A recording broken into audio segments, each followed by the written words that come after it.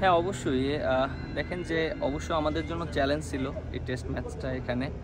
আর আমাদের যেভাবে খেলা উচিত ছিল আমরা হয়তো ওইভাবে খেলতে পারিনি অ্যাজ এ ব্যাটসম্যানরা।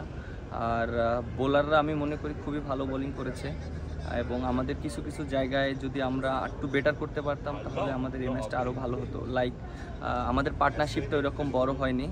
আপনি দেখেন যে আমরা অল্প অল্প পার্টনারশিপ করেছি, লাইক 50 রানের বা এরকম 30-40 রানের পার্টনারশিপ হয়েছে। ওইটা যদি 100 রানের বা 120 রানের পার্টনারশিপ হতো তাহলে খেলাটা অন্যরকম সিনারি হতো।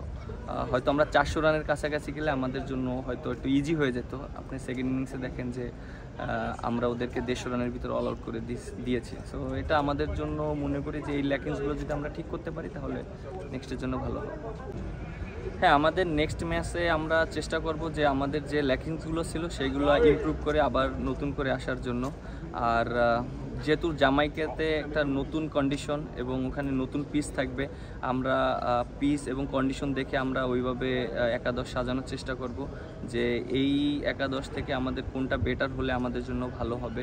আমরা যে মিস্টেকগুলো করেছি কোন জায়গায় করেছি সেই জায়গা নিয়ে আমরা কাজ করার চেষ্টা করব।